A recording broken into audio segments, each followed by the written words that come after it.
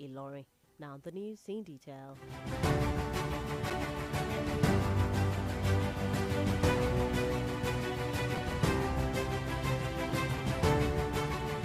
In a strategic move to reposition itself ahead of the 2027 general elections, the People's Democratic Party (PDP) will today swear in new members of its Board of Trustees (BOT). This was announced in a statement issued on Sunday night by the party's Director of Publicity, Chinwe Norom, in Abuja. Meanwhile, in a separate but related development, the chairman of the PDP Governors Forum, Bala Muhammad, announced the appointment of former Senate President Dr. Bukola Saraki as the chairman of the party's National Reconciliation Committee. Speaking after a closed-door meeting between the leaders of the party, governors of the party have reached out to our colleagues who have been there before, who have more experience, and who know so much in a way and manner that whatever suggestions or opinion they may have will go a long way in giving an added impetus to the actualization of our NEC and our convention that is scheduled to take on specific dates. And of course, to reassure our teaming supporters that the PDP is working, the PDP is united, and in doing so, there are some missing gaps here and there. We set up a committee of 7 headed by His Excellency, the former Senate President, and of course, former Governor of Kwara State, to meet so that at least quick reconciliation. Marketers are still invoiced at 835 naira per litre, but receive a 10 naira refund after successfully loading and evacuating the product from the refinery premises.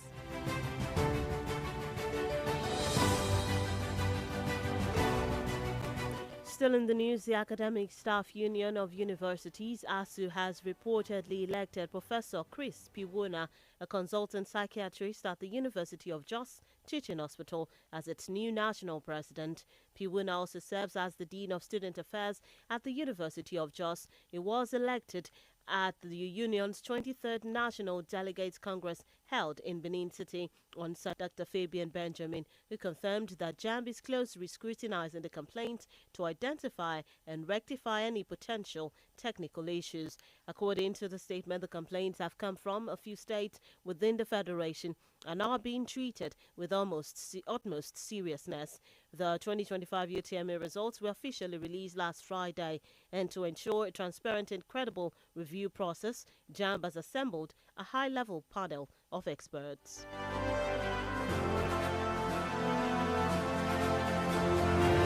In Kwara State, the Kwara State government has expressed its readiness to collaborate with the Economic and Financial Crimes Commission (EFCC) to combat the rising tide of internet fraud and other financial crimes in the state.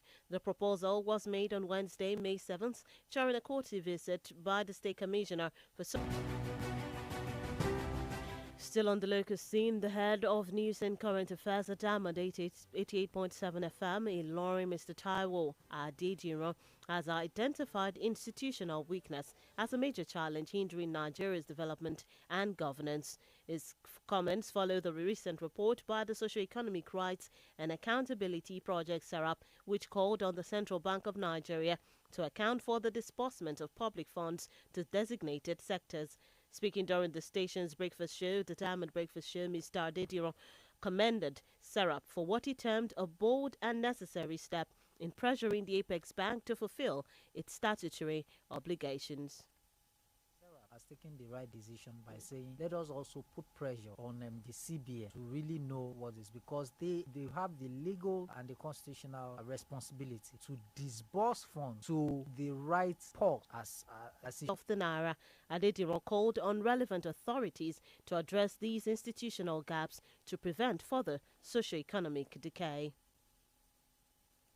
Why is our law like this? Because they expect that those figures would even be the ones to lay good examples. Now, they are not laying that good examples, and you as the institution is not acting as expected on such issues. So these are the questions we must continue to ask. In the case of Tompolo, we hope that as people have cried out, the institution will take action. And after taking action, we won't just see Tompolo walk out of the EFCC office. We'll see a statement explaining to us why perhaps you have not chosen to, prosecute him on that particular case, or how the case eventually ended.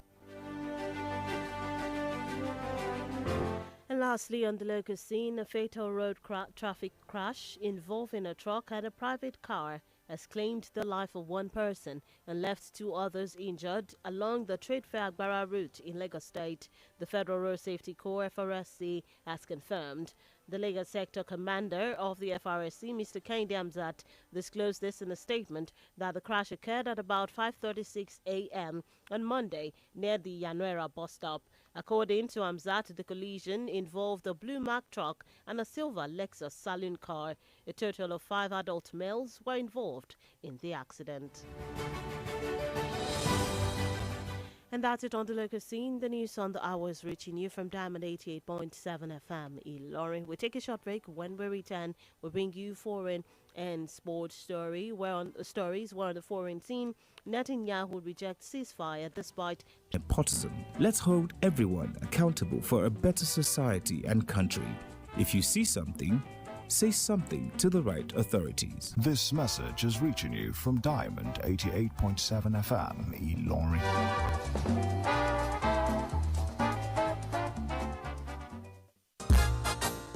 Orúkọ mi ni Yèyélúà Tóyìn Adégbọlá. Mo sì ti lé ní 50 ọdún láyé láàyè àtàyè ìdẹ̀ra. Ìgbòkègbodò mi pọ̀ gan-an nínú iṣẹ́ tí mo yàn láàyò gẹ́gẹ́ bí òṣèré orí ìtàgé. Kì í sì rẹ̀ mí, bẹ́ẹ̀ ni kì í sú mi. Àwọ̀ mi sì ń jí pépépé sí bí tọmọ tuntun lójoojúmọ́. Ẹ fẹ́ mọ̀dí abájọ. Monomin Plus atẹ́jẹ̀ṣe oògùn tó ń fi epo ẹja cod liver oil ṣẹjọ́ ẹ̀ food supplement ni.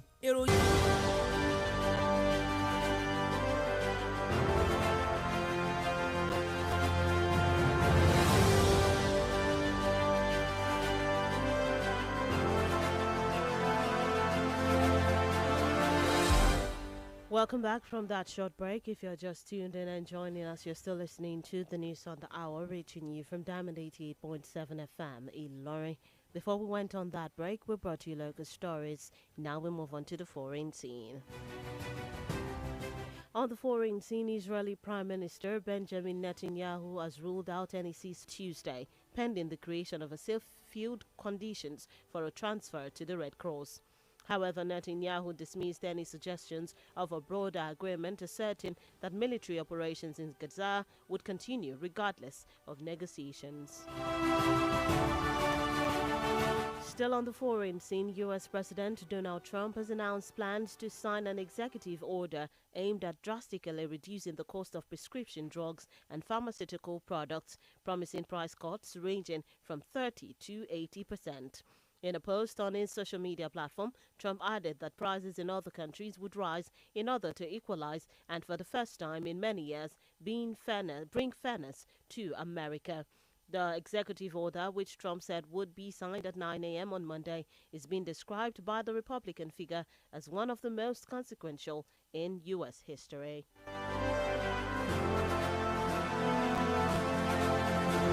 And that's it on the foreign scene.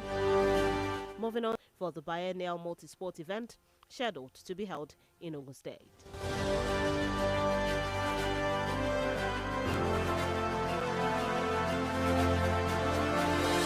Still in sports news, former Super Eagles forward Daniel Amokachi has advised the Nigeria international Victor Osimhen to make a move to the English Premier League EPL, describing it as the best league in the world. Osimhen, who currently plays on loan at Galatasaray, has been the subject of intense transfer speculation. Highlight as brought to you.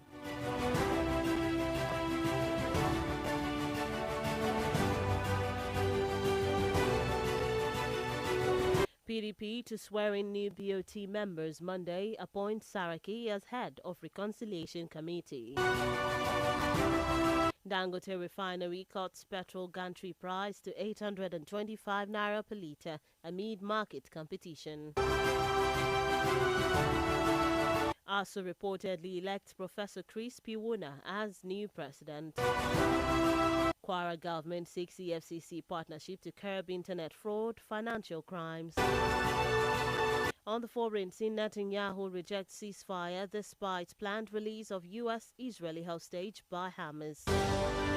In sports news, Kwara athletes begin close camp for National Sports Festival in Ogun. For the news flash and at 5 p.m. for news across the world. For a comprehensive package of these stories and many others, Keep up to date with us via all our social media platforms at Diamond 887 FM on Instagram and Facebook, and at Diamond FM Ilorin on YouTube. Log on to our website www.diamondfm.net. The news on the hour was edited by Adeyemi Adewale. I am Bisola Oduwole Suleiman. Thank you for listening to your shining supreme station. Do stay tuned for the Yoruba news coming up shortly. Good afternoon and have a lovely rest of the day and a wonderful week ahead.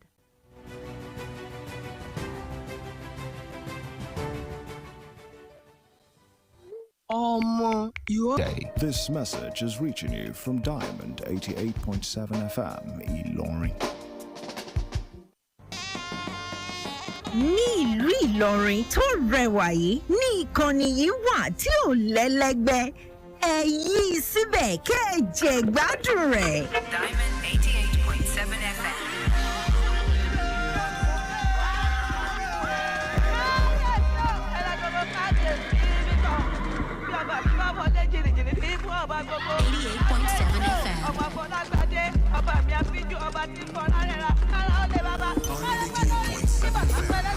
ẹ díjú yín kẹjà. ṣáájú ẹ gbọ́ àwọn kókó tó wà nínú ìròyìn náà. ẹgbẹ́ òṣèlú alábùradà PDP yóò ṣèbúra fún àwọn ọmọ ìgbìmọ̀ májẹ̀kóbàṣe rẹ̀ tuntun. yan Saraki gẹ́gẹ́ bí adarí ẹgbẹ́ kan gúngún tó wà nínú ẹgbẹ́ òṣèlú náà. iléeṣẹ́ bufọ́pọ̀ Dangote mú àdínkù dé bá ètò ń ta gálà epo pẹntiró. ẹgbẹ́ ASUU ti yan ọ̀jọ̀gbọ́n Chris Piwuna gẹ́gẹ́ bí ààrẹ rẹ̀ tuntun. ìjọba ìpínlẹ̀ Kwara pè fún ìbáṣepọ̀ pẹ̀lú àjọ EFCC láti dẹ́kun irú jìbìtì ní ojú òpó ayélujára ìwọ́daràn ní ẹ̀ka owó náà. ní ilé òkèrè Netanyahu kọ̀ jálẹ̀ lórí àdéhùn kógun sinmi papọ̀ pẹ̀lú ikọ̀ Hamas. àwọn ìdárayá ti ìpínlẹ̀ Kwara tí ó lọ ṣe ìdíje tilẹ̀ Nàìjíríà tí ó wáyé ní ìpínlẹ̀ Ògùn ti wà ní bùbá. ẹ̀ka. amòkú ti hùwà ìbàjẹ́ amòkú ti jí owó ìlú ṣùgbọ́n ọmọ olúwa náà ni kódà ẹ̀sìn kan náà látújọ ń ṣe.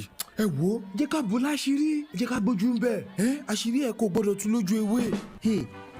ẹ dúró ẹ jẹ́ àrònú jinlẹ̀ o ṣé ẹ mọ̀ pé èrè ìwà àbàjẹ́ àti ìpinnu òdì kò máa ráalé ẹlẹ́yàmẹ̀yà tàbí ojúṣàájú ẹ jẹ́ a béèrè fún àkóyawọ́ fún àwùjọ àti orílẹ̀-èdè tó dáa tó o bá rí nǹkan tí ò bójú mu fi tó àwọn aláṣẹ tó tọ́ létí. ìmọ̀ràn yìí ló ń dé tètè gbọ́ yín láti ìkànnì Diamond 88.7 Ìlọrin.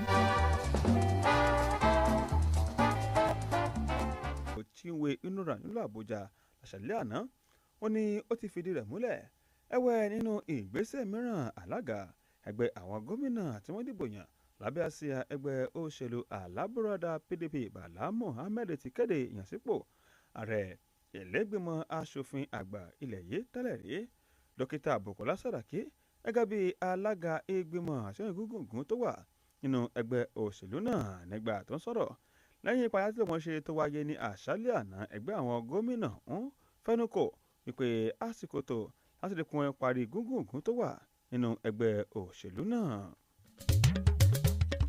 nínú ìròyìn mìíràn èyí wọ́n mọ̀ ra epo ọ̀hún ṣe pé náírà 10 tó dín lórí rẹ̀ òní wọ́n fún wọn lẹ́yìn ìgbà tí wọ́n ti gbé epo ọ̀hún sínú ọkọ̀ wọn láti gbé lọ síbi tí wọ́n ti tà á.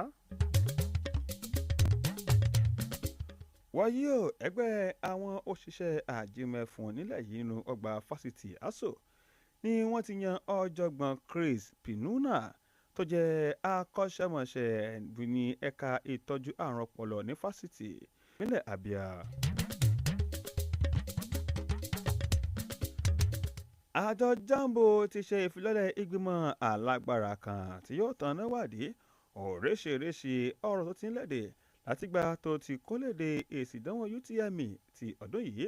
àjọ ọ̀hún pẹ̀lú fún léde ìjáde kan tó léde ní òní látọwọ́ olùbádámọ̀ràn lórí ọ̀rọ̀ aráàlú rẹ̀ ọ̀mọ̀wé Fibia Benjamin fìdí ẹ̀ múlẹ̀ pé àgọ́ Jambo ó ní ń gbégbésẹ̀ láti rí i pé ó ṣe àgbéyẹ̀wò àwọn awuyewuye ọ̀hún tó léde ìbàtìjáde ọ̀hún ṣe wí àgọ́ jáàmù dára mìíràn tó wáyé ní ọ̀rọ̀ owó náà ní ìpínlẹ̀ yìí ọ̀rọ̀lédè ní ọjọ́rú ọjọ́ keje oṣù karùn-ún nígbà tí kọmíṣánná fún ìdàgbàsókè àwùjọ Hajiya Mariam Una Fatima Ìmáàmù ṣe àbẹ̀wò sí adarí iléeṣẹ́ àjọ EFCC ẹ̀ka ti ìlú Ìlọrin ọ̀gbẹ́ni Daniel Ise níbi àbẹ̀wò ọ̀hún tó wáyé ní iléeṣẹ́ àjọ EFCC ẹ̀ka ti ìlú Ìlọrin Hajiya Ìmáàmù gbóṣùbára balẹ̀ fún àjọ ọ̀hún fún gbèsè tó ń gbé láti fọ ilẹ̀ yìí mọ́ pàápàá jùlọ láti rí i pé wọ́n dẹ́kun ìwà àjẹbánu wípé àìṣe déédé iléeṣẹ́ ìjọba nílẹ̀ yìí ló ń ṣe àkóbá fún ìdàgbàsókè àti ìṣèjọba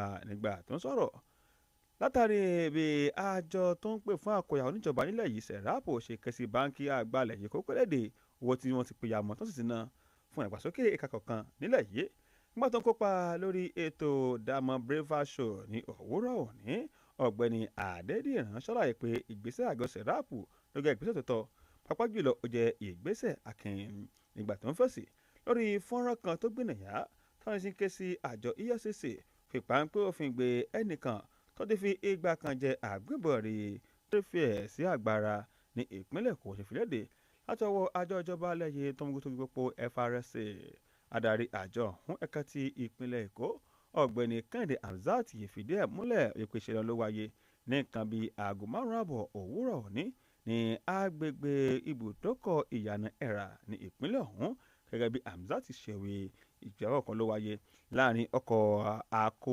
ẹrù Blue Mark kan àti ọkọ̀ kan tó jẹ́ Lexus Saloon car tó jẹ́ pé àwọn èèyàn 5 tó wà nínú ọkọ̀ ọ̀hún ọ̀nà fara káṣá. ìròyìn ẹ̀kúnrẹ́rẹ́ òun náà ní ẹ̀ ń gbọ́ láti ìkànnì Diamond 88.7 tó wà nílọrin ní ìpínlẹ̀ Kwara.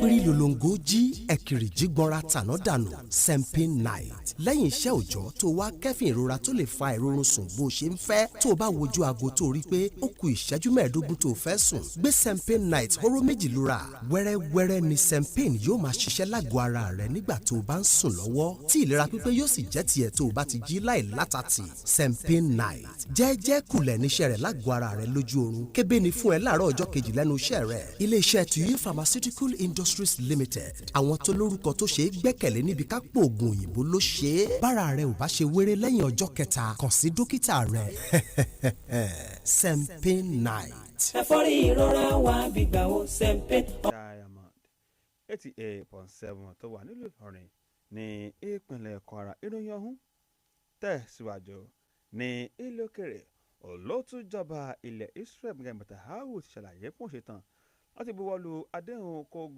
kógósùnmi pẹ̀lú ikọ̀ Hamas bí ikọ̀ ọ̀hún ṣe tán láti tú okùn lọ́rùn ẹ̀dàn Alexander tó jẹ́ ọmọ bíbí ilẹ̀ Amẹ́ríkà àti ilẹ̀ Israeli tó jẹ́ ọmọ ológun tó ń kó nígbèkùn ní Gaza nínú oṣù kẹwàá ọdún 2023 Alexandra nírètí wà wípé wọ́n tú okùn lọ́rùn rẹ̀ ní àárín òní ọjọ́ ajé tàbí ọ̀la ọjọ́ ṣẹ́gun ìkéde láti ọwọ́ orísun ròyìn nínú ikọ̀ Hamas ìgbésẹ̀ náà ló fẹ́ wáyé bí ààrẹ ilẹ̀ Amẹ́ríkà Donald Trump ló ṣe ṣe àbẹ̀wò sílẹ̀ Saudi Arabia lórí Trump ti kéde ìgbésẹ̀ láti buwọ́lu òfin apàṣẹwàá kan láti mú àdínkù tó lágbára dé bá àwọn oògùn tí wọ́n kì í tà ní òrìgbà láti àárín ìdá 30 sí àárín ìdá 100 nínú 100 kan nígbà tó ń kéde ní ojú òpó ìbáraẹnisọ̀rọ̀ rẹ̀ Trump ṣàlàyé wípé ìgbésẹ̀ náà ó ní yóò jẹ́ kí àwọn oògùn ọ̀hún wọ ní àwọn ilẹ̀ tó kù ìgbésẹ̀ náà ni yóò jẹ́ àǹfààní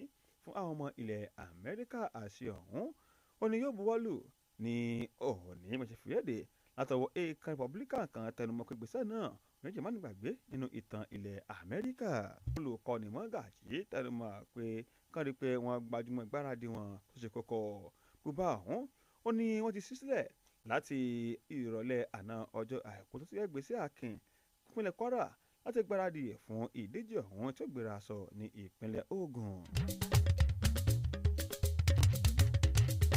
àgbábọ́ọ̀lù tẹ́lẹ̀ rí lọ́wọ́ wájú fún ikọ̀ Super Eagles ilẹ̀ yìí Dani Amokachi ti kèsì àtàmọ́tàsé àgbábọ́ọ̀lù ọmọlẹ̀ yìí Victor Osimhen ìpè kó darapọ̀ mọ́ ikọ̀ kan yìí ìdíje EPL ní ilẹ̀ England àwọn kan yìí tẹ́lẹ̀ mọ́ pé EPL náà wọn ló dára jùlọ ní líìgì ní àgbáyé. Osimhen ló wà lábẹ́yànà ló pẹ̀lú Galatasaray nílẹ̀ Turkey àmọ́ ṣẹ̀ṣẹ̀ kó kúrò nínú kọ̀ọ̀hún láyé sí ojú ọjà nísàyé.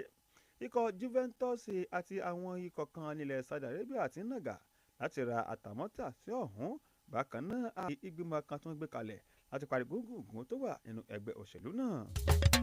Àtúntí ká fún yín pé iléeṣẹ́ epo Dangote ti mú àdínkù dé bá iye tó ń ta jálá epo pẹntiró fún àwọn tó tún ta fún àwọn ọmọ ilẹ̀ yìí. Àti ká fún yín pé ẹgbẹ́ ASUU ti yan ọ̀jọ̀gbọ́n Chris Pinuna gẹ́gẹ́ bí ààrẹ rẹ̀ tuntun. Ní ìpínlẹ̀ Kwara a ká fún yín pé ìjọba ìpínlẹ̀ ṣetán ṣíkàpọ̀ pẹ̀lú àjọ EFCC láti dẹ́kun jìbìtì tó ń wáyé ní ìfẹ̀hóntì pé ní fásitì Ọbáfẹ́mi Awólọ́wọ̀ OAU ní báyìí ẹ ti mọ̀. Ẹ lè pè sí orí nọ́mbà yìí 0916 0627526 0916 0627526 fún ròyìn tó bá ti ń lọ.